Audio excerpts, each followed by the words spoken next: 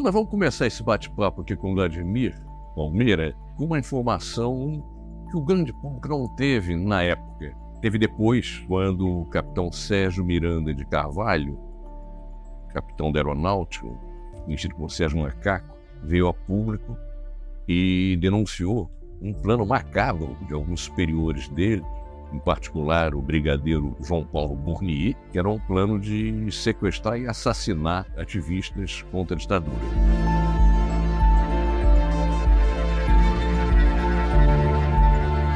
Poucos dias antes da passeata dos 100 mil, chegou a conhecimento da diretoria da UME, União Metropolitana de Estudantes, que era dirigida pelo Vladimir Palmeira, a informação de que havia um plano para sequestrar pessoas, e ele era o primeiro da lista, e ser jogado no mar. E a gente discutiu essa história. Eu até participei da discussão, porque eu fazia parte da diretoria, encabeçada pelo Vladimir, da entidade estudantil, e o próprio Vladimir foi o primeiro a dizer, olha, ele não poderia deixar de ir na passeata. Ele era a figura central e mesmo que houvesse esse risco, que ele iria. Então eu vou passar a bola para o Vladimir para contar essa história, que é uma coisa que não foi conhecida no grande público na época.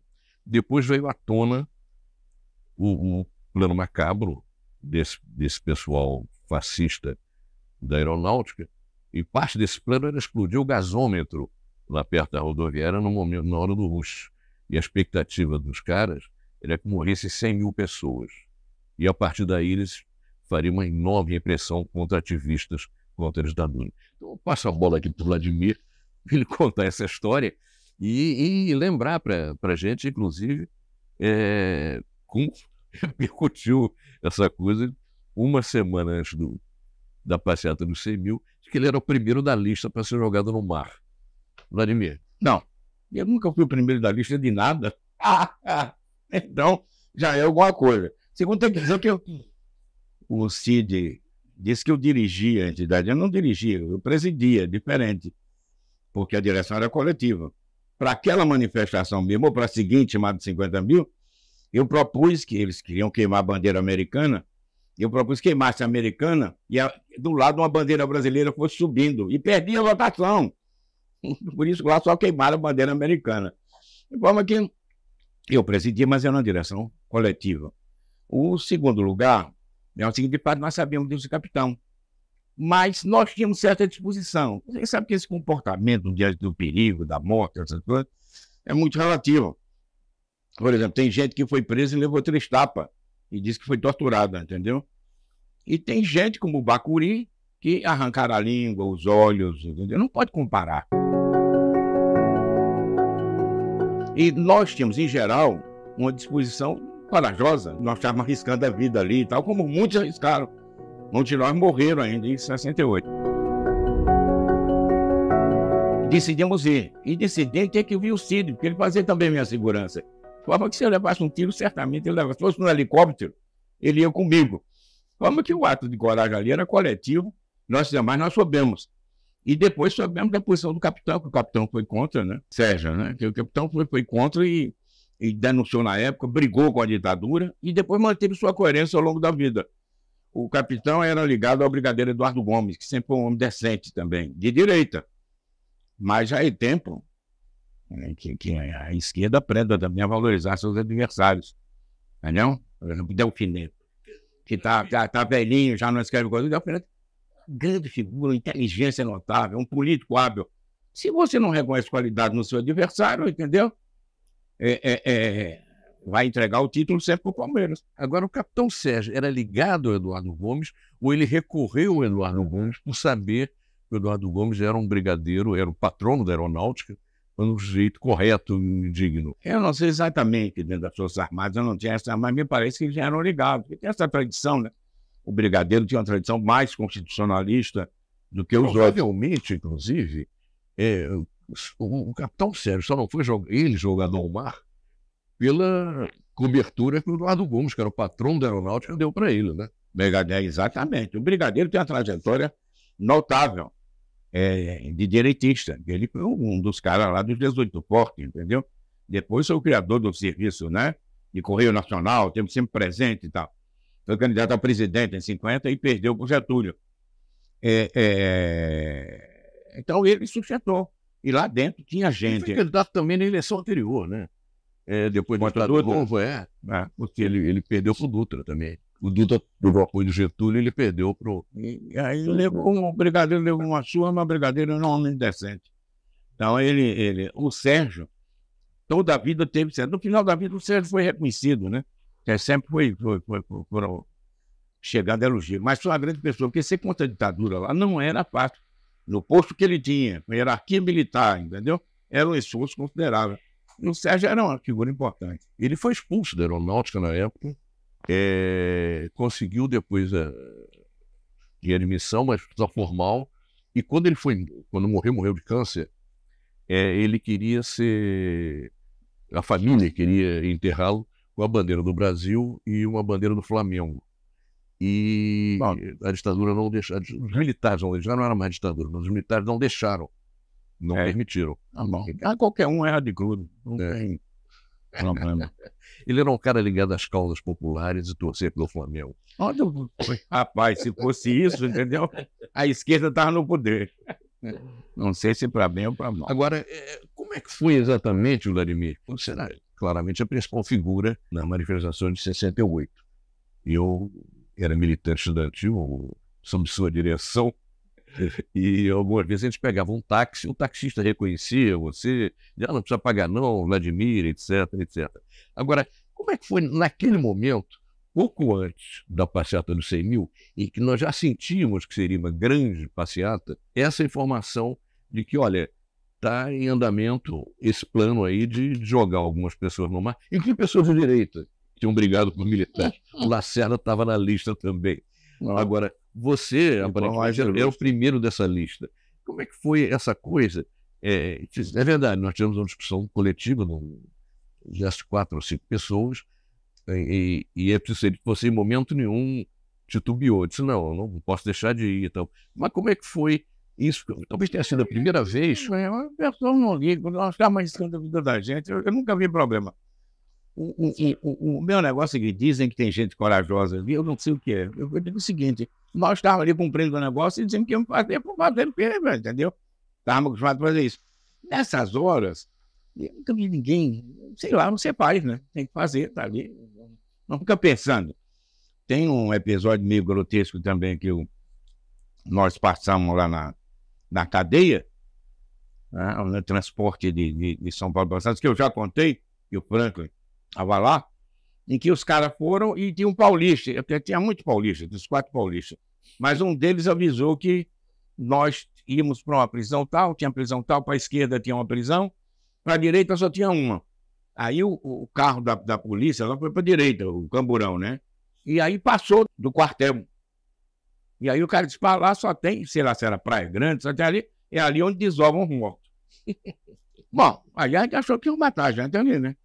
E aí fiz um discurso dizendo que a gente ia morrer como comunista, entendeu? Que todo mundo fosse.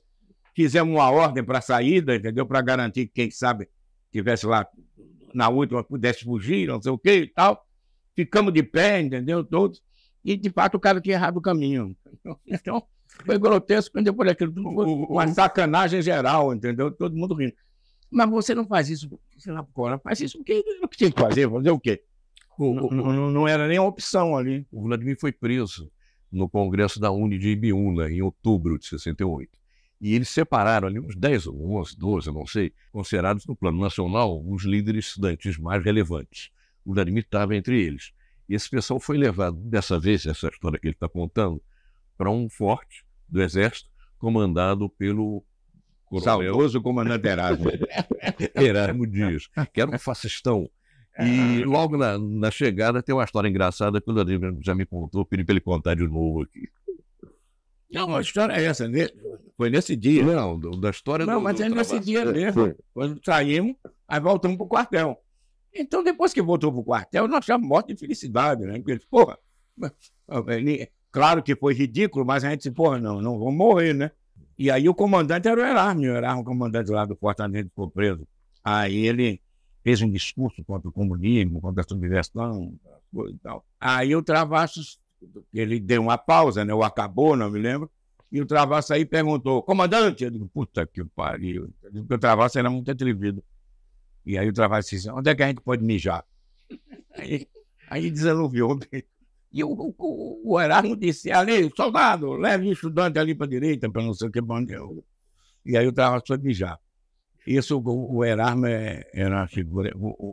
Aí uma vez a gente jogava uma pelada e ele deixou assim as metralhadoras, era ponto .30, né? Sei lá, 30 e ter 50. Deixou de lado ali, entendeu? Aí nós jogamos uma pelada e nós vimos que aquilo era uma provocação, evidente, né? Porque ficou sem soldado e as metralhadoras à nossa disposição. Aí nós jogávamos uma bola perto da metralhadora, ia lá, pegava e tal. Aí depois que acabou a pelada, ele disse, eu botei pra vocês irem pra lá, seus filhos das putas, entendeu? Porque se pegasse a metralhadora, ele fuzilava a gente. Não, é isso. Agora, esse plano que o capitão Sérgio denunciou, ele era uma coisa mais ampla do que não atingir só jogar algumas pessoas no mar. Ele envolvia também explodir um gasômetro ali ao lado da rodoviária, no Cais do Porto, na hora do rush. A previsão dos caras, desse pessoal, era que morressem 100 mil pessoas. O que significaria se acontecesse? Para ele, nada. Não, para o Brasil, para o país. Porque a ideia era responsabilizar os opositores da ditadura por isso e fazer uma matança generalizada. Pela conjuntura, pela situação dela, provavelmente ia endurecer pelo direito. Provavelmente pela conjuntura, pela situação da época em que a direita estava em ascenso, a direita golpista. Tanto que depois o ato 5, todo desdobramento ali, você sabe que em política tem as ondas, os períodos políticos, no sentido mais geral. Mas tinha as ondas, né? Aquelas ondas que... Aquela onda era de direita, apesar do movimento. O movimento jantinista cresceu um pouco, mas você sabe, depois aquilo foi a direita estava em ascensão, provavelmente, e assim, o endurecimento da ditadura, como ocorreu depois. Não, mas o endurecimento, se efetivamente eles fazem um atentado matando 100 mil pessoas e culpam a esquerda, não ia ser um endurecimento qualquer. Era um projeto que eles às vezes falavam, inclusive, semelhante ao da Indonésia, se lembra? Que mataram milhões de pessoas. É possível, imagina. Fica no si. Após ter ouvido os membros do Conselho de Segurança Nacional, resolveu baixar um ato institucional que tem como finalidade fundamental preservar a Revolução de Março de 1964.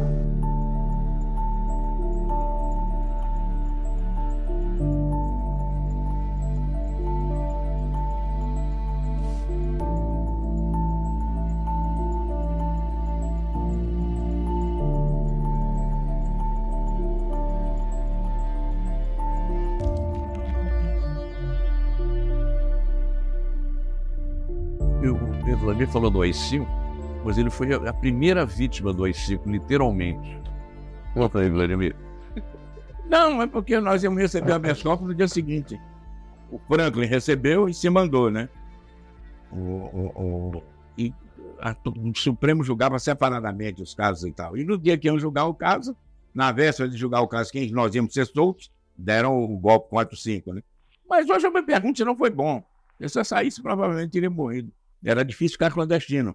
Não era impossível, mas então foi impossível que eu tivesse morrido, né? Ainda mais no Rio. Não dizia, no Rio lá, muito conhecido. Dona Gabi dizia que há males que vem para bem, não é isso? Então, eu fiquei na cadeia, mas fiquei um ano. É a mãe do Vladimir. Aí fiquei um ano preso e no final, né? Graças aí ao pessoal, eu terminei saindo com sequestro americano, né? Então, um ano é melhor do que morrer. Bom, eu acho. Ninguém voltou de lá para me contar como é, entendeu? Você sabe que agora está na moda, perdoe esse. A esquerda toda, antigamente o pessoal de esquerda era mais ateu, né? Agora é o seguinte, você entra no Facebook, no meu Facebook é o seguinte, morreu o José, vai se encontrar lá com o João, com o Marcos, e todos vão fazer uma festa, porra, entendeu? Quer dizer, não dá. Você tem expectativa de se encontrar com nem com o diabo. Aí o doutor Povina Cavalcante, que era um intelectual, e era alagoano, um grande advogado, ele dizia o seguinte para nós éramos adolescentes, ele dizia, meu filho, morreu, fedeu. Quer dizer, acabou. Acabou. Dizia um pouco isso, não dizia? Não sei. Mas o Povina, que aliás era um estudioso também do poeta sergipano Hermes Fontes, ele dizia isso, e morreu, entendeu? Ou como alguém outro dia disse também no Face, não, nasce incorporar a energia da poeira, assim, enfim. A gente, ao mesmo tempo que é comido pelos vermes, né? A gente depois vai, quem sabe, adubar a terra. Se não for parar nesse cimento de São João Batista, é uma desgraça, né? Então, mas nem você já morreu, entendeu? Já lascou. E agora está todo mundo falando no futuro feliz lá no céu, eles tocam, eles brincam, aí porra nenhuma, acabou. Morreu, morreu. O que é ser comunista hoje? Você ainda se considera um comunista? Não. Você sabe que Marx é um gênio. E eu tenho os traços do marxismo, entendeu? Os traços do marxismo. O Marx fez uma grande crítica, genial, no século XVIII e tal. Mas o comunismo, tal como os partidos comunistas defendiam e tal, no século passado, isso acabou. Porque o Marx dizia, o comunismo não é uma teoria. Mas o comunismo não é um programa. O comunismo é uma luta concreta. E o Marx se baseava em quê? Na luta dos operários industriais e dos artesãos. Que aqui entre nós, boa parte do pessoal do 48 que lutava era artesão, fruto do passado e não do futuro. Mas juntava com a classe operária industrial e você tinha um sujeito histórico. Bom, esse sujeito histórico acabou. A classe operária industrial hoje desse tamanho. E em declínio. O processo de automação e de avanço tecnológico na indústria colocou a classe operária hoje, então acabou o sujeito histórico do comunismo. Então quem fica repetindo aquele negócio do Marx, do Lenin, né, é um tolo. E no meu Face eu vejo, nego cita Lenin, cita Trotsky, cita Stalin, cita, sei lá que diabo eles citam, entendeu? Às vezes citam até Marx. Então o comunismo como tal é um anacronismo. O comunismo hoje é um anacronismo. E o que é que acontece? Nós somos de esquerda. O que é para mim ser de esquerda? É defender os oprimidos e apoiar a luta dos oprimidos.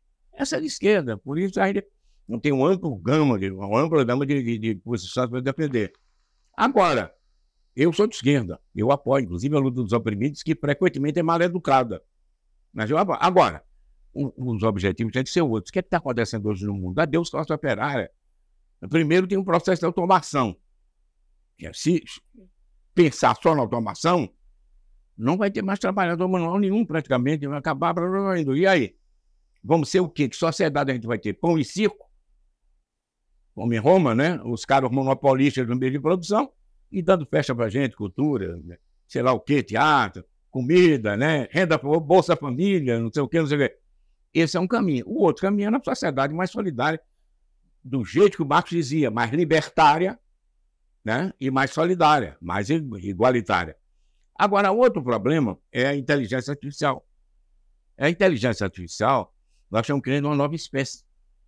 E esse é o desafio. Como é que ela vai ser criada? O físico inglês, Hawkes, ele queria proibir a inteligência artificial.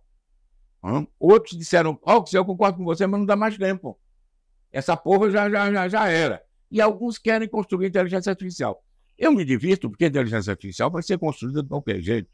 A curiosidade humana também tem aí um negócio, essa porra vai. Agora, nós temos que tratar como é que vai ser isso, porque as primeiras programações vão ser feitas pelos homens. A humanidade vai criar nova espécie que depois pode tratar a gente como pet, ou tratar a gente como aliado, ou tratar a gente como inimiga. Mas nós estamos nesse século à beira da criação de nova espécie, que é um problema muito mais importante do que qualquer outro, entendeu? E está ligado também à vida da gente, a sobrevivência da espécie e a vida do planeta, junto com a questão que o Cid falou na água do meio ambiente. Aliás, eu quero atestar que desde aquela época que nossa preocupação maior era ler o marxismo, etc. Então, embora lêssemos outras coisas também, claro, o Vladimir já era o único de nós que ficava lendo ficção científica, que era visto pela maioria como uma perda de tempo. Mas eu sempre gostei de você ver, tem coisas, ideias, né? Claro que não, que já estão lá há muito tempo. Aí quando você vê hoje os caras fazendo, quem era leitor de ficção científica já sabe por muito tempo. Agora, hoje esse é o desafio, entendeu? Enquanto você veja o seguinte, a esquerda brasileira, ela é mais conservadora que a direita, entendeu? Explica melhor isso, porque essa é uma afirmação bastante... Porque conservador é conservar, né? Não quer dizer que seja reacionário, mas é conservar. Porra, eles conservam Lenin, Trotsky, Stalin, Marx, entendeu? Ali como santos, entendeu? E mantém as mesmas palavras de ordem. Assim como alguns grupos de extrema-esquerda defendem que a greve geral revolucionária, entendeu? Com palavra de ordem da conjuntura, mas faz 50 anos que eles defendem, pô, não é possível que a conjuntura não mude. É um conservadorismo desgraçado. E uma concepção errada de período político, porque os grandes revolucionários, os grandes transformadores, os grandes reformistas, foram pessoas que souberam se adaptar ao seu período político, no sentido amplo do termo. Então, por exemplo, o Lenin deu certo por quê? Porque a Rússia era revolucionária, um tremendo período revolucionário ali, tanto que não foi só o Lenin, foi um bando de gente depois que apareceu e ficou na história. Agora, o Kautsky, por exemplo, não se adaptou ao período revolucionário quando ele chegou. Porque na Alemanha o período era reformista. Então, o velho Kautsky, que deu uma grande contribuição ao marxismo, algumas coisas interessantes, como, por exemplo, que o capitalismo não se reproduz de forma igual, a ideia que o Trotsky depois adotou, porque o velho Marx tratava, e o Engels tratava o seguinte: o capitalismo vai se impor na Índia, vai ser igual à Inglaterra. Essa era a visão do Marx e do Engels. Então, não estou dizendo só isso, mas o Trotsky, o Kautsky, entendeu? Eles viram isso diferentemente. O Kautsky também foi o primeiro a tratar da questão da revolução e das alianças dos países subdesenvolvidos.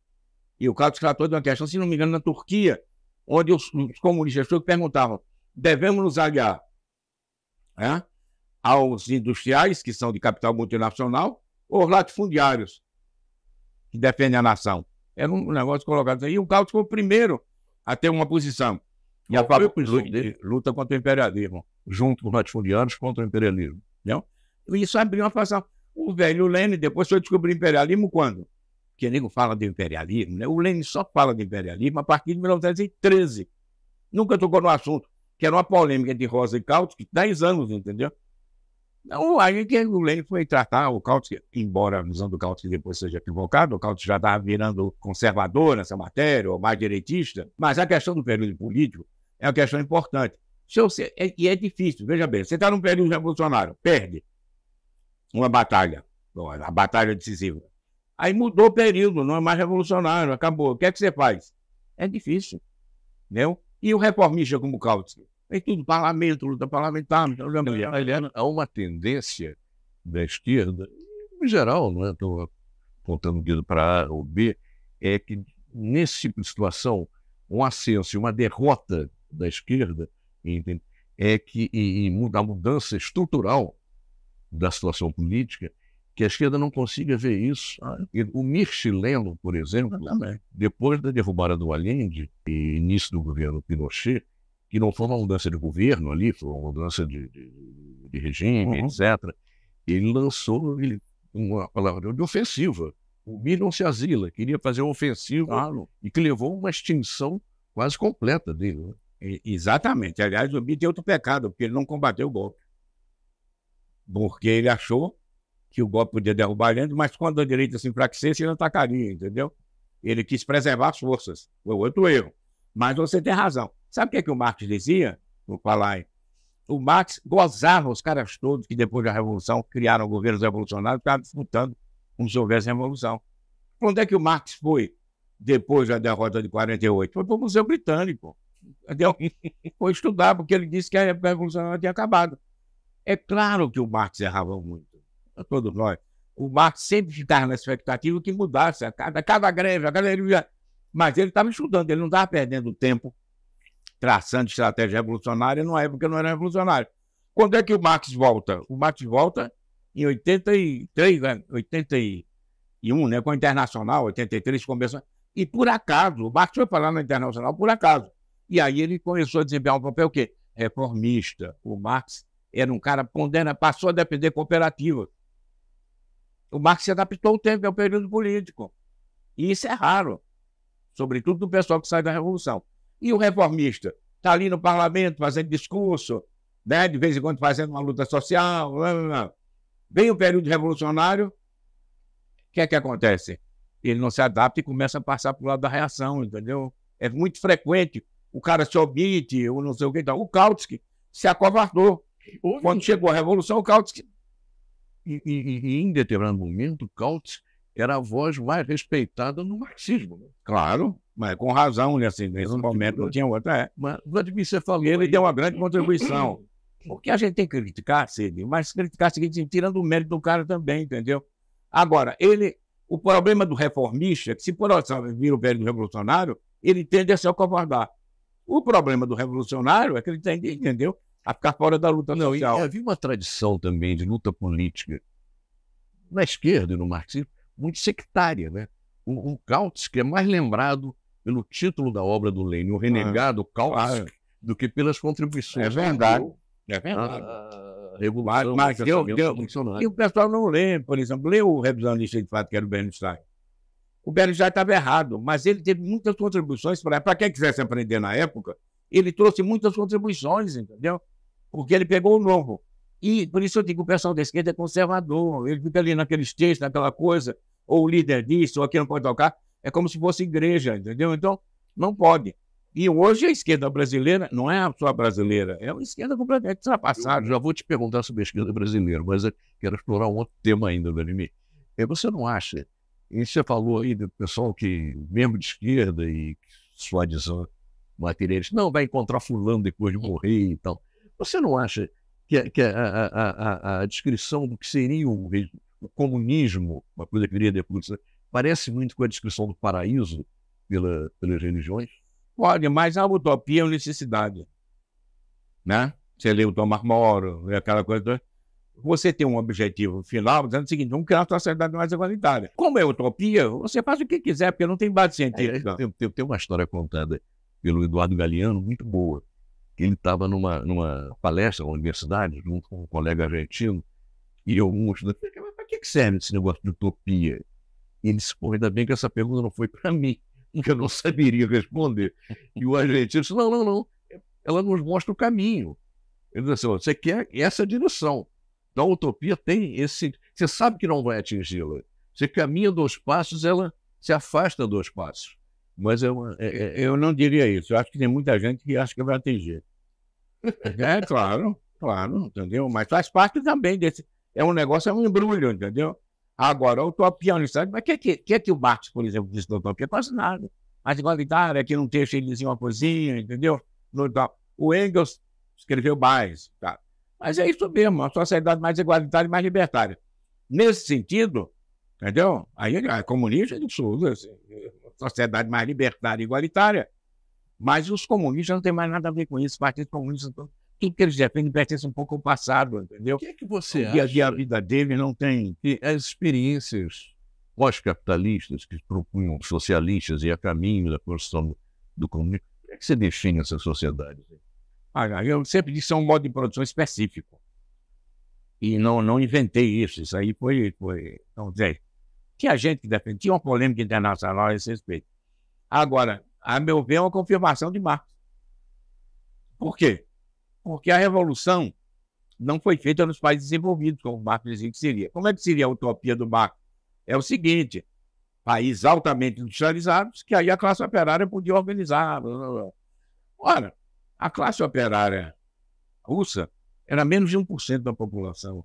E organizar coisa nenhuma, entendeu? Então, quer dizer, essas revoluções foram feitas a revolução, né? Claro, mas a burguesia também fez, e daí? Então, quer dizer nada, entendeu? Ali, não só ali, na Hungria, depois na China, né, que é uma revolução original, eu não vou falar de Cuba porque eu sei a cubanófilo, entendeu? Então, mas na China, todos os países eram países subdesenvolvidos. Então, o que é que criaram? Criaram um modo de produção onde o Estado domina quase tudo, entendeu? E uma tirania. Eu sou contra qualquer tirania, entendeu? Pegando-se de tirania não é ditadura. Aqui no Brasil, todo mundo passa a chamar de ditadura qualquer regime forte, né? A ditadura, de fato, é um regime de transição, né, baseado, em tese, na Constituição atual ou na Constituição futura. Quem quiser discutir isso depois, venha. Mas a tirania é um negócio permanente, a pode governo permanente. Criaram tiranias, onde a classe trabalhadora terminava oprimida. Pronto, é isso. Então foram novos regimes de opressão, que não quer dizer que não tivessem mérito nenhum, entendeu? Assim como o capitalismo tem seus méritos, entendeu? Nos regimes tecnocratas, eles tiveram mérito industrial. Por exemplo, a Rússia, em 50 anos, se transformou a segunda potência industrial do mundo. Tá certo? Então, esse regime ficou-se por quê? Porque concentrou o capital, com aquela delicadeza que caracterizava o camarada Stalin, entendeu? Eles destruíram o campesinato, liberaram a mão de obra barata para a cidade E o Stalin pegou, taxou, fez investimento público e investiu pesadamente, com muitos erros. Você vê agora a China repetindo isso. E olha que a China já não é mais uma tirania qualquer, não é mais aquele igual ao regime tecnocrata. Mas a China pegou dinheiro gastando em quê? Construiu cidades inteiras onde não tinha ninguém. Especulação imobiliária, agora estão pagando o preço. O Stalin, ele pegou, digamos, R$100 e gastou 80 mal, mas gastou 20 que deram efeito. Então aquele negócio puxou, 20% puxaram a industrialização, mão de obra barata, entendeu? E eles transformaram a Rússia realmente numa potência. Mas isso não justifica. Eu não queria uma tirania para fazer isso, eu sou contra a tirania. Agora, você aí, então, tem um julgamento desse negócio. A esquerda continua defendendo sistemas desse tipo. Os partidos comunistas defendem a China, a Rússia. Tem gente que ainda fala na China como socialista, pelo amor de Deus, entendeu? Mas tem. É uma tirania, mas não é mais socialista, no sentido que eles já vão ter. Eu sou contra qualquer tirania, entendeu? E acho que se a esquerda pensa num regime libertário e igualitário, não pode ter tirania. Vladimir, você foi deputado por 2 mandatos e chegou a ser líder. Um saco. E chegou a ser líder do PT. Por que só 2 mandatos? Eu lembro que na primeira campanha sua, você dizia: eu não ficarei mais de 2 mandatos na Câmara de Deputados, 2 mandatos seguidos. Fala um pouco disso. E acho que é um processo de cooptação mais ou menos inevitável, não sei, que essas instituições causam ou jogam em relação aos deputados. Quem faz carreira parlamentar? Olha, o meu problema é muito simples, baseado na experiência. Você me diz o seguinte: Universal, meu filho, eu sou de uma família de políticos de direita e sei que eu conheci esse mundo, mas eu digo, quem passa mais de 2 mandatos vira político profissional. Político vira profissão. O cara é médico, deixa de ser médico. O advogado perdeu o bônus. O outro vai. Tendo emprego ou não anterior, não é conveniente. Então eu defendi que 2 mandatos, um você aprende, no segundo você ensina, depois se manda para ter uma profissão, entendeu? Porque político profissional é errado, entendeu? Devia mudar sempre a representatividade popular, arejar o ambiente, e o cara vai se transformando numa peça da estrutura. Para manter o mandato depois, ele faz qualquer coisa, entendeu? Então, o cara começa a passar aquela fronteira, né? Entre o negro e o branco, a fronteira cinza ali, começa a ficar mais picareta. O Lula disse uma vez que tinha 350 picaretas no Congresso, não foi? Hoje tem mais. Mas eu acho que ele está certo numa coisa. Eu fico imaginando que são 350 ladrões, não são. Pelo menos na minha época, ladrão era a minoria. Agora, picareta tinha bastante, entendeu? Que é o quê? O cara usa emenda para benefício próprio, em vez de usar para benefício público, é coisa desse estilo. É mesmo, o cidadão vai se adaptando, entendeu? E o resultado basta você ver o PT, entendeu? Cujas bancadas foram se transformando e vira coisa de profissional. E, ao mesmo tempo, a campanha também. Veja bem, eu fui candidato a deputado de novo depois. Não porque eu quisesse, porque eu acho que ser deputado é um saco, entendeu? Mas porque foram pedidos pelo PT para fazer um trabalho de apoio às prefeituras do PT. E perdi a eleição. E a coisa curiosa é que o pessoal queria me apoiar no PT e tal. Mas agora, todos os grupos pediam dinheiro. Então você tinha o seguinte: um grupo fazia um trabalho ali no bairro tal, R$10.000 por semana ou R$10.000 por mês. Então, o eleitorado de esquerda que votava grátis passou para o PSOL. E no PT o pessoal não tinha mais aquela base, o pessoal tudo é pago. Então virou o quê? Quem tinha mais dinheiro. Agora tem o fundo partidário, né? É diferente. Mas essas estruturas, agora é diferente do seguinte: é quem controla o fundo partidário. A picaretagem é a mesma, entendeu? Então, você só é candidato se tiver grana. Vai uma estrutura. Agora você imagina isso nos outros partidos. Quer dizer, uma estrutura que se mantém. E o cara, entendeu? Vai fazer tudo para ficar lá mantendo. Por isso aí é a minha justificativa política e tal. Agora o outro é o seguinte: é um saco ser deputado. Um saco. A menos que você tenha uma função qualquer, sei lá, presidente da Câmara, que eu nunca gostei, mas os caras trabalham, né? O líder. O ano que eu fui líder foi uma beleza. Aí você vai dizer se o Vladimir é um picareta, né? O que queria mandar. Não. É porque o líder trabalha 24 horas por dia. Ele tem que estar lá, está no plenário, está no céu. O deputado comum Primeiro, ele ia lá terça-feira. Hoje deve ser pior, naturalmente, né? Ele ia terça-feira, eu ia segunda, que achava que era um dever, não sei o quê, ia preparar as coisas. O cara ia terça, aí perdia a comissão de manhã, de terça de manhã. Chegava de tarde, aí fazia aquelas arrumações e tal. De noite ia pra farra, porque tem aqueles bares, aquele negócio que os parlamentares gostam de ir e tal. Eu fui uma vez em 8 anos naquele bar que era o Bar do Ulisses Guimarães, né? O restaurante. E eles iam para lá. Aí de manhã o que eles faziam? Dormiam. Boa parte não ia para a comissão na quarta-feira, entendeu? Então as comissões eram de zero e tal. Aí de tarde tinha uma plenária. Aí quarta-feira era dia de votação. Aí o cara chegava 3 horas na Câmara. Entendeu? Então, bom. Aí mais ia votar, depois ia para a farra de novo. Aí quinta-feira ia embora para casa. Então, e quem ficava lá, como eu, trabalhando de segunda a sexta, eu ainda ia à sessão de sexta de manhã, não era obrigatória. Mas eu ia para falar.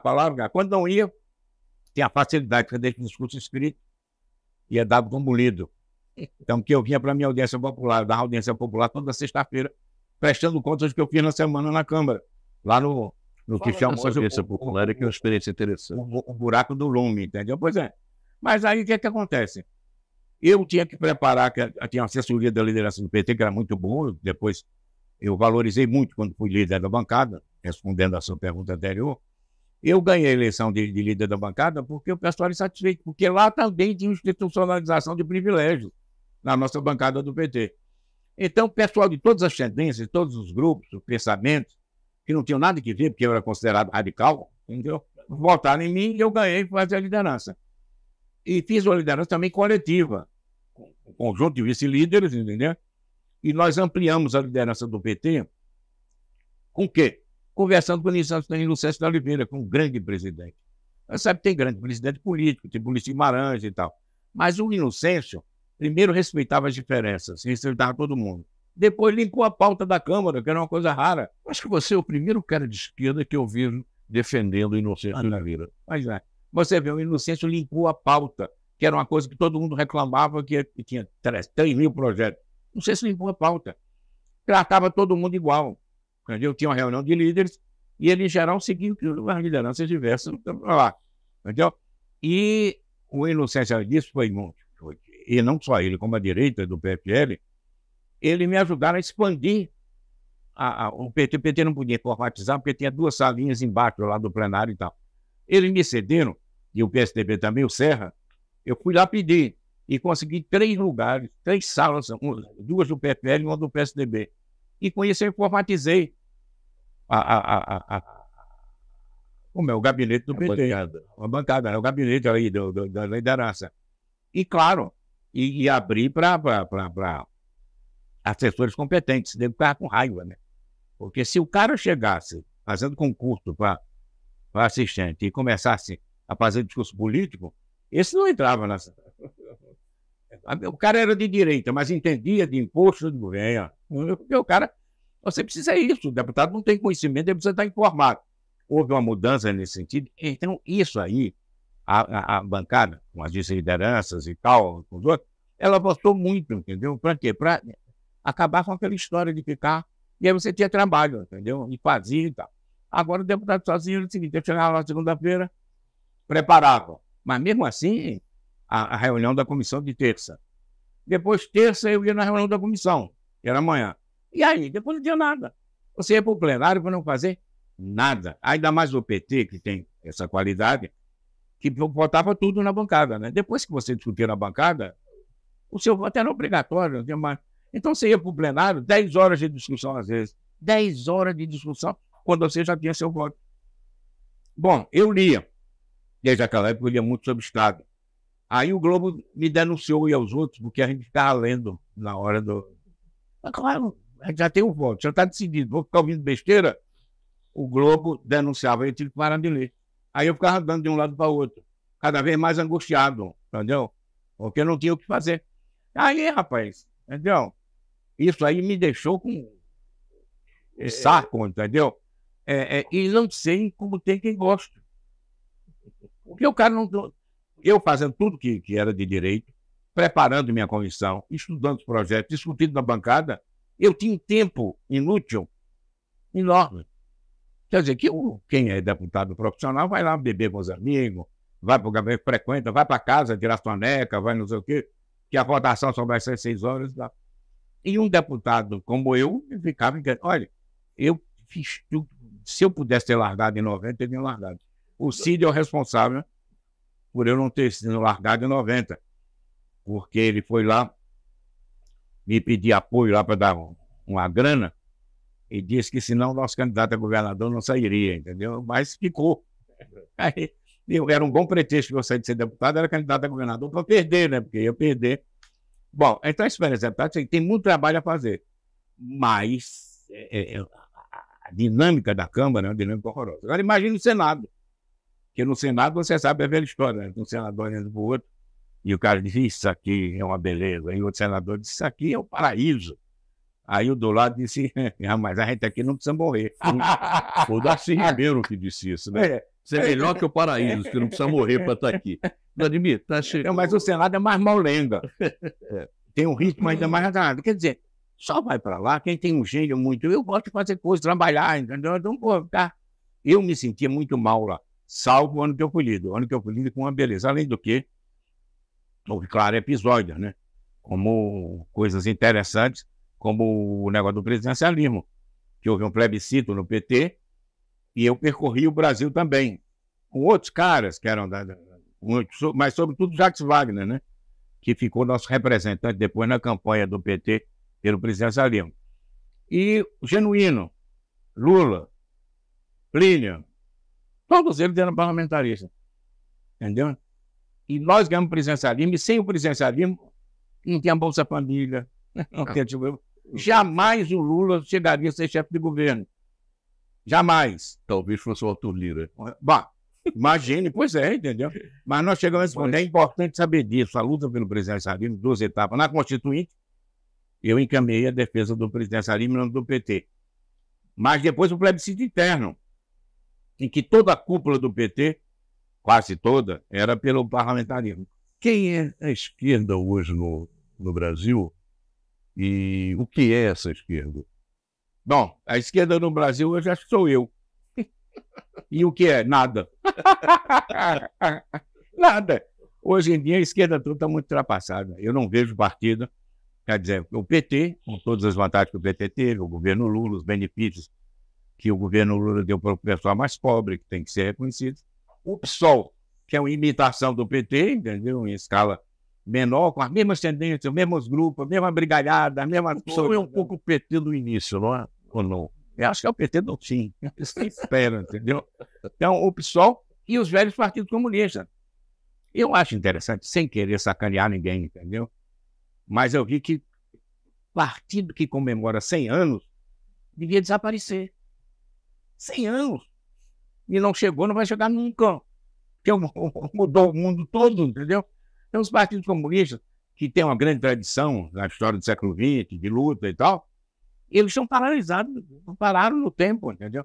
E eu digo os comunistas, os oficiais, e esses grupelhos que andam por aí, que eu não sei o nome mais, entendeu? Também não.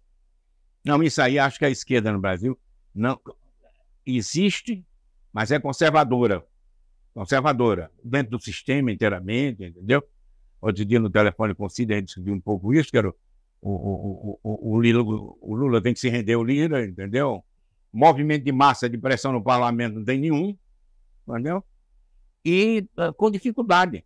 Agora, veja bem, não é um problema só do PT, é um problema do movimento. Por exemplo, o gay, negro, né? Vai dizendo aí. Mulher, né? Todos os movimentos cresceram muito. Me sacanearam muito, porque nos anos 90 eu disse que o maior movimento de massa que a gente tinha era dos gays. Me riram. Eu digo, claro, 2 milhões de pessoas na Paulista. Esses movimentos cresceram, se diversificaram e são muito importantes hoje em dia. O movimento ecológico também, por si e tal. Mas eles não conseguem criar um centro. O ecológico não tem mais condições. Mas não conseguem ter um centro político, entendeu? Eles não conseguem ter uma síntese. Quem é que pode fazer a síntese das transformações sociais? Antigamente, o Marx dizia a classe operária do chão, por quê? Porque está no centro da produção. Vai mudar a produção. Eu sou marxista nesse sentido. Eu acho que a economia tem um papel muito importante, entendeu? Na estruturação geral da sociedade. Não acho ele exclusivo, veja bem. Mas o Marx dizia, agora, Hoje em dia não tem. Na economia não tem, porque a classe operária está acabando. E esses setores diversificados de mulheres, de gays, de negros, eles não têm, pela dinâmica da luta deles, eles não tendem a globalizar. Eles tendem a fazer frentes. Eles tendem a se somar, mas não a se fundir. Então, é um problema. Você vai perguntar, onde está o Marx do século XXI? Estou esperando. De vez em quando eu leio ali para saber se nos Estados Unidos apareceu, né, alguém. A direita também está atrasada. A direita também é antiquada. Então não apareceu. Ao que eu saiba, veja bem, já tem tempo que eu não acompanho tanto isso. A direita também não tem uma visão do século, que é o século XXI. Como vai ser? Eu vejo a direita muito operante na descrição da modernidade, mas não nas alternativas. Você leu o livro daquele, como é aquele que escreveu? Você está falando, Natrão, da direita que toma banho, não dessa direita bolsonarista. Claro, a extrema-direita é pior ainda. Mas a direita, quando você vê, o cara que escreveu o livro em 2006, ele escreveu um livro, e é um livro impressionante, entendeu? Que é um livro muito bom, e o cara dá dado muito importante. É um livro dele de 2016, e ele achava que era talvez o último. Mas ele está ativo como jornalista, inclusive comentando agora a guerra entre árabes entre Israel e Palestina. Então, ele dá dados que eu fiquei impressionado, que eu mesmo desconhecia, sobre a modernidade computacional, automação e tal. Mas quando chega no final, a proposta dele não tem nada. A proposta de saída não tem nada. Então, como ele não citou ninguém também, eu acho que não tem ainda alternativa de direita também. Acho que tem uma crise, e esse século, que vai ser o século do IA, entendeu? IA, inteligência artificial. Esse século, nós estamos muito atrasados. Entendeu? Estamos muito atrasados. Infelizmente, todos, não tem exceção. Não é A ou B, entendeu? Inclusive eu. Legal, um amigo, um dos grandes amigos que tenho, ele é bem mais velho que eu. E eu era mais novo na militância também, a gente militou junto. Ele era presidente da UNE e eu era um dos 5 vices. Eu quero agradecer a você, a lembrança, entendeu? Dizer que realmente é meu velho amigo, entendeu? E somos dos sobreviventes, espero que continuemos, entendeu? Porque como eu acho que o futuro é incerto, eu prefiro continuar vivo. Eu espero que nós dois tenhamos uma vida longa. Valeu, Vladimir. Valeu, irmão.